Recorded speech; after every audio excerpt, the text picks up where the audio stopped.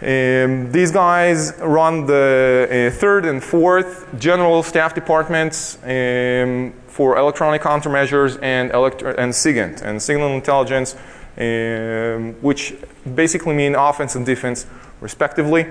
And yes, these guys have been practicing, all right? Tighter Rain, Google, whatever.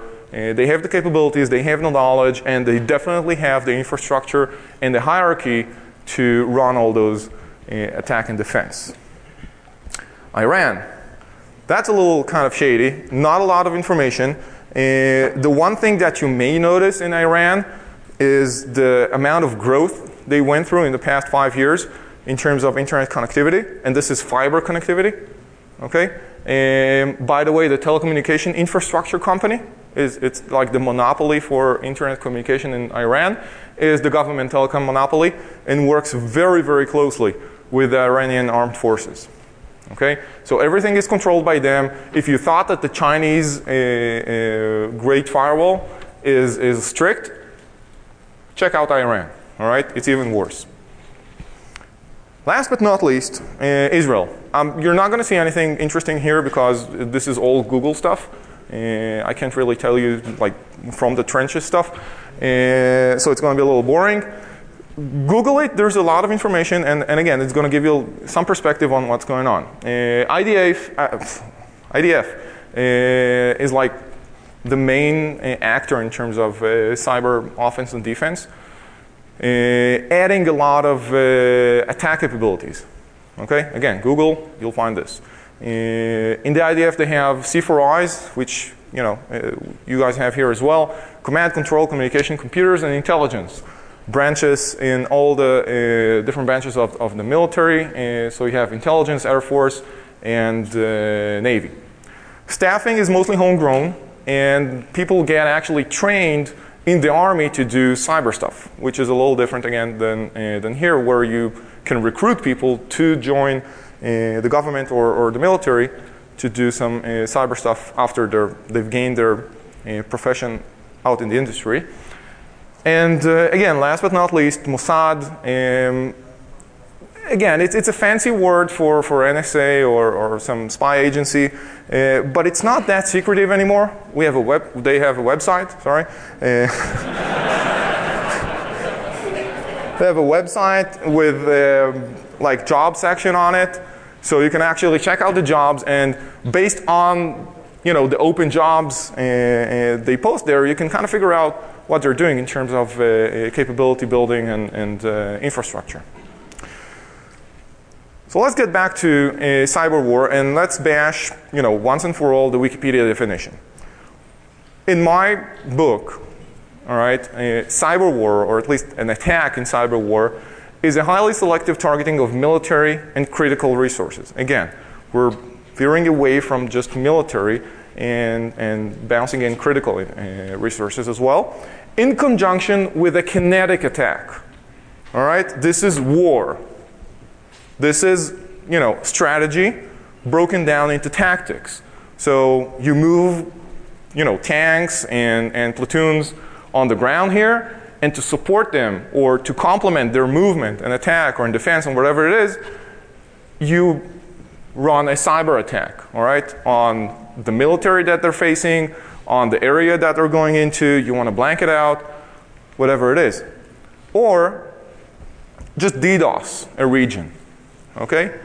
Have everyone put their finger on the death grip of the iPhone involuntarily or whatever it is to blank out a region to get the public's attention or to deny the public accessibility to up-to-date information. Very effective. Works all the time. It's the equivalent of the Vietnam, throwing leaflets from B-52s on like the civilian population. So this is cyber war, again, in my book. You can argue all you want, all right? That's what I think. You want to take it out to the bar, that's fine. So there is cyber war, and there was acts of cyber war, as we'll see in a few minutes. On the defense side, yeah, we're not really there. Because targets are never just military, we're talking about civilian as well. And civilian is beyond critical infrastructure. It can be media, it can be hospital, it can be hospitality, it can be a lot of other things that can affect the public opinion and the public view of things. Physical and logical protections as a defensive side should be considered as a last act of defense, all right? And the ability to shut down a service voluntarily while preventing access from civilian population is in the book of acts and tactics to retain that survivability of the service or whatever it is. So this should be considered a valid tactic in terms of defense, actually shutting down things or preventing access to fight against the DDoS or whatever it is. Okay, so we've covered cyber war, attack, defense, fairly easy. Let's talk about cybercrime before we connect the two. If this doesn't show up when you're talking about cybercrime, you're doing it wrong. All right, you're missing something. Look for this. Very easy. All right, and you might be surprised sometimes. I was, gotta tell you, surprised a lot of times when this popped up in weird places. So this is in my book, Definitions of Cybercrime. These guys work. These guys are like the Gordon Geckos of the crime world. They have a very well organized, methodical infrastructure and hierarchy. And they work just like any Fortune 500 company. There's the CEO, there are VPs, there are marketing channels, there are guys on the ground, there's an IT department. They outsource a hell of a lot of stuff because it's cheap and it's easy.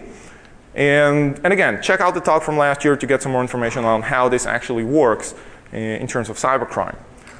In terms of attacks, this is the stuff that we're all kind of seeing all the time, every day.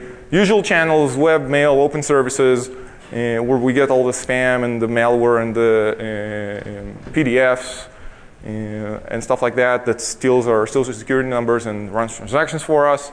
Targeted attacks are going to happen on premium resources, all right? I'm not going to say it, but I'm going to say it. Google and stuff like that is a prime target, all right? Specific companies with specific assets are prime targets. F-35. Carpet bombing is going to be used for most attacks. The standard ops are going to be, with the farming and fishing and stuff like that. But they're going to be very, very geographically targeted. All right, because you can't send Bank of America spam to guys in France, and you can't send Deutsche Bank spam to customers in the UK. So everything is very, very geographically targeted and segmented in terms of marketing.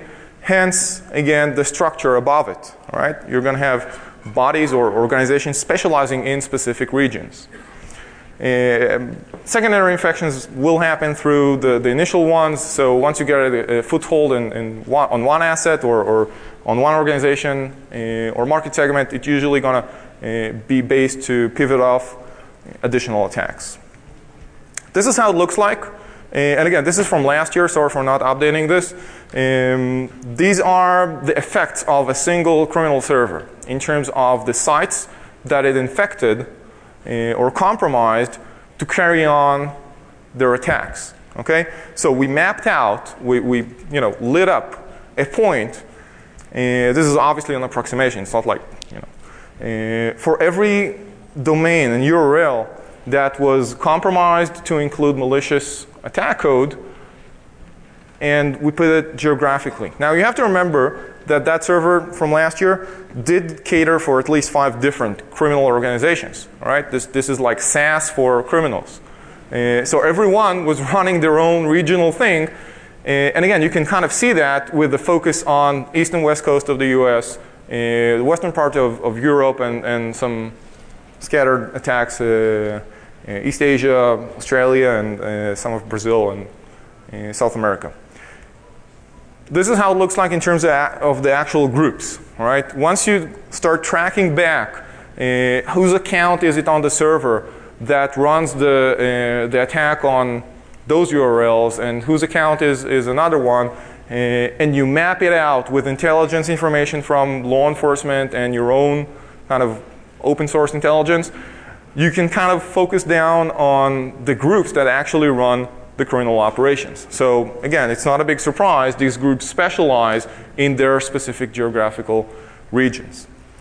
In terms of ammunition, this is one of my favorites, Zeus, if you don't know it. If you want to copy, just ping me.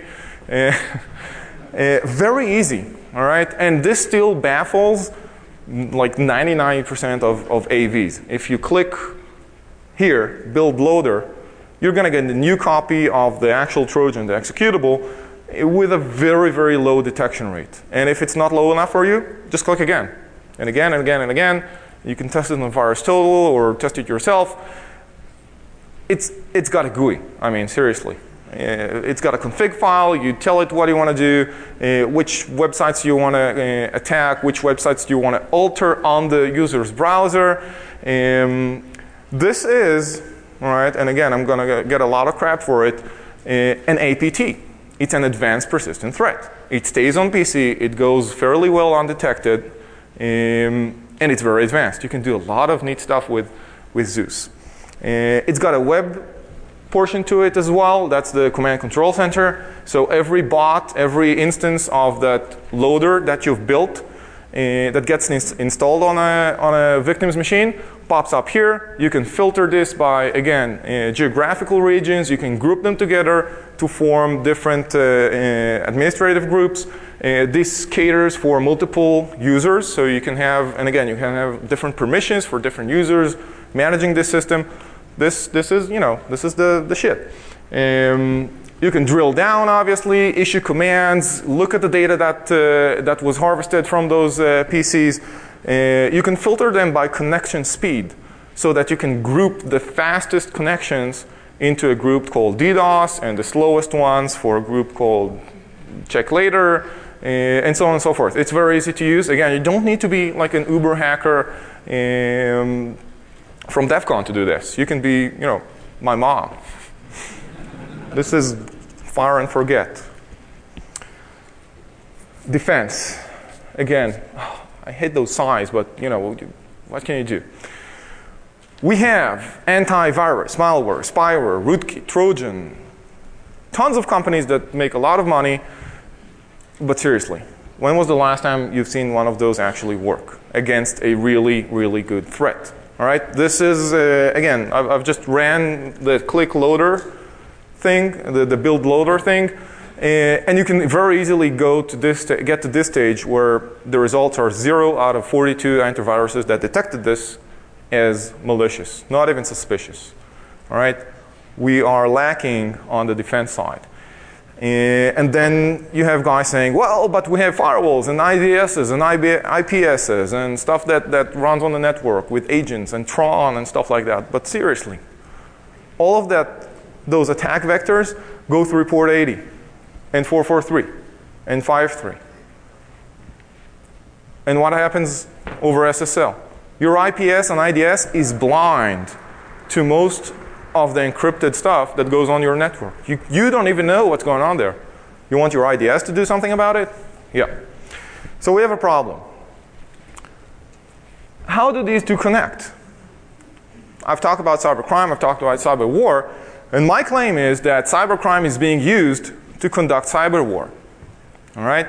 These are the dirty workers of the governments that carry out their, you know, nasty attacks. And I can claim this all day, but without proof, we're going to go nowhere. So again, I'm only going to talk about stuff that I can attest to, that I've seen, that I have data for. You're going to probably want to say, hey, Ian, you missed this and that. And fine, I might have, but I haven't seen like actual data from it, so I'm not going to include it here. One of the things, you know, the first thing that comes to mind when you talk about cyberwar is Estonia. It's been bashed to death. And I don't feel like talking about it because it's fairly boring. And it didn't have a real kinetic act in it. So yes, a lot of people made their careers over, you know, analyzing this to death. Read about it. It's interesting. Next. Israel. Let's cover some interesting events. Cyber war in Israel. We have two